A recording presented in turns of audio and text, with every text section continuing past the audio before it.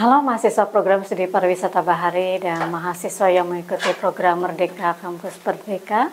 Di sini saya Atika Nurhayati akan sharing terkait dengan strategi adaptasi perubahan iklim bagi masyarakat pesisir. Kalau kita lihat mengenai masyarakat pesisir yang kehidupannya berada di kawasan pesisir dekat dengan laut atau pantai atau estuari, ternyata kehidupan mereka ini sangat dipengaruhi oleh kondisi alam.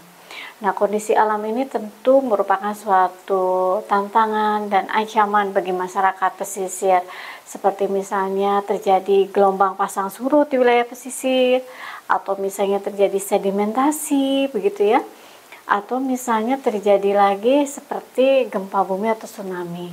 Nah, hal-hal itu merupakan salah satu kondisi real yang ada di masyarakat pesisir.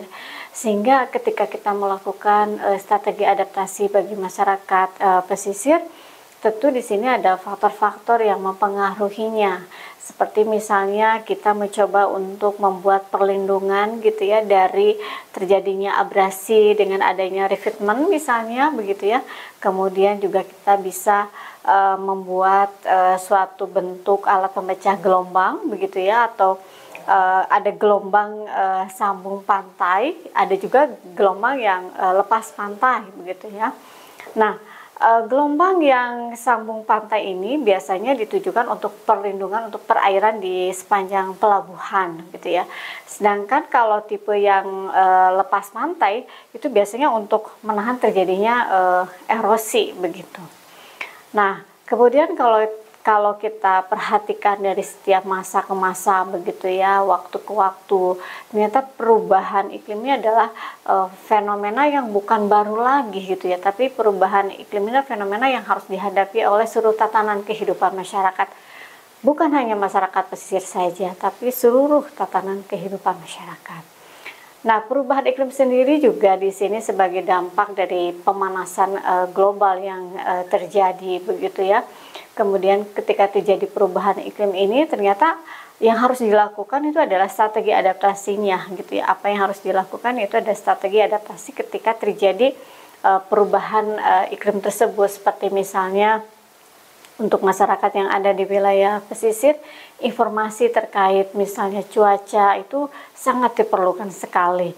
Kemudian juga terkait dengan pilihan mata pencaharian gitu ya, seperti nelayan yang ada waktu di mana mereka harus pergi melaut begitu ya, atau misalnya ada waktu di mana mereka juga harus tidak melaut begitu ya, karena kondisi perubahan iklim itu sendiri.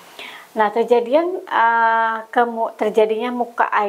kenaikan muka air laut ini tentu disebabkan oleh peningkatan suhu rata-rata yang ada di bumi ini ya, akibatnya berkurangnya lelehan tutupan es ya, biasanya di kutub utara, sehingga terjadi ekspansi termal air laut, sehingga mengakibatkan beberapa kerusakan di kawasan tersebut ya.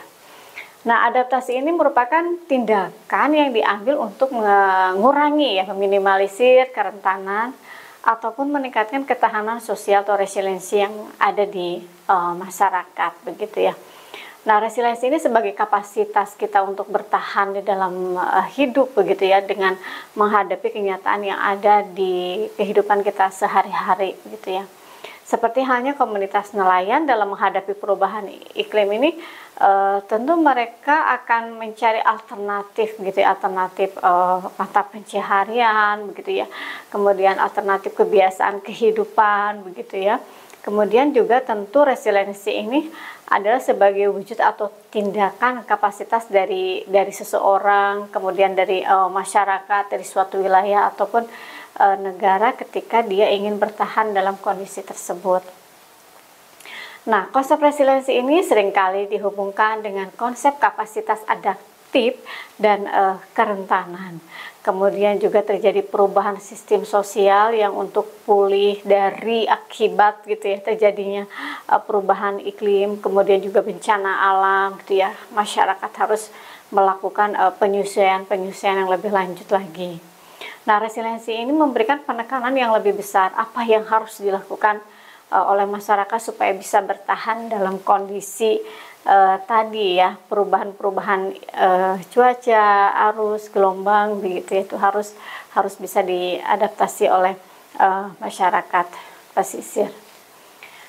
Nah, kalau kita lihat juga di sini di dalam hal terkait dengan perubahan iklim ini, tentu juga ada lesson learn yang kita dapat ya dari kondisi alam. Misalnya terjadi di Pangandaran ya di tahun 2006 itu tsunami, sehingga apa yang harus dilakukan oleh masyarakat ketika terjadi misalnya ada indikator kenaikan permukaan air laut, kemudian juga ada gempa ya di wilayah tersebut, sehingga ada papan-papan penunjuk arah misalnya di mana tempat berkumpul, di mana tempat untuk evakuasi dan sebagainya. Nah, tentu hal-hal yang seperti ini juga merupakan pemandangan yang baru ya buat kita semua. Kalau kita pergi ke objek wisata yang ada di wilayah pesisir, itu selalu ada informasi atau rambu-rambu daerah-daerah yang misalnya aman atau memerlukan ekstra tertentu ya. Nah, sensitivitas ini tentu juga dipengaruhi oleh faktor keseringan seseorang gitu ya dalam menghadapi bahaya yang terjadi di alam begitu ya. Kemudian juga tentu hal ini berdasarkan pengalaman dari masyarakat, bagaimana caranya mereka untuk bertahan gitu ya, baik dari perubahan iklim atau misalnya dari kondisi bencana. Seperti misalnya di sini ada tembok penahan untuk tsunami, kemudian ada hutan bakau gitu ya, itu juga sama untuk sebagai penahan begitu ya. Nah, kondisi-kondisi ini tentu mengalami perubahan demografi di suatu wilayah, kemudian terjadinya mobilitas, migrasi dari sebagian indikator yang berkaitan erat dengan aspek resiliensi ya. Nah, kemudian resiliensi mata pencaharian nelayan ini tentu ada kemampuan mengorganize dirinya, kemudian juga ada kapasitas belajar yang pernah terjadi gitu ya sebelumnya. Ini merupakan sebagai pengalaman yang mereka ambil begitu ya. Kemudian dari kondisi resiliensi ini tentu berkaitan erat dengan variabel-variabel tertentu seperti misalnya variabel kondisi ekonomi masyarakat pesisir, kondisi ekologi ekosistemnya, kemudian juga kondisi infrastruktur gitu ya. Kemudian faktor-faktor yang lainnya. Memang tidak mudah untuk memulihkan kondisi masyarakat yang sudah terkena dampak ya dari perubahan iklim maupun kebencanaan. Itu memang perlu proses ya, dan pemulihan trauma itu juga memerlukan waktu begitu ya untuk masyarakat. Kemudian kalau kita lihat lagi di sini ada beberapa yang dilakukan begitu ya oleh masyarakat pesisir, seperti misalnya ada proses strategi adaptasi yang mereka lakukan terkait dengan diversifikasi mata pencaharian. Mata pencaharian ini memang tidaklah mudah begitu ya, memerlukan kemampuan, keterampilan begitu ya, melihat peluang dari mata pencaharian tersebut.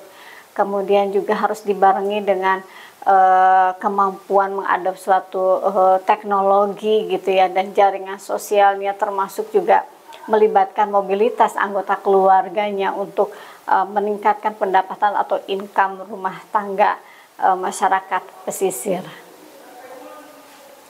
Nah, ini adalah referensi yang bisa dipergunakan oleh para mahasiswa untuk melengkapi terkait dengan pengetahuan mengenai strategi adaptasi masyarakat pesisir. Terima kasih atas perhatiannya. Sampai ketemu di sesi selanjutnya. Salam sukses selalu.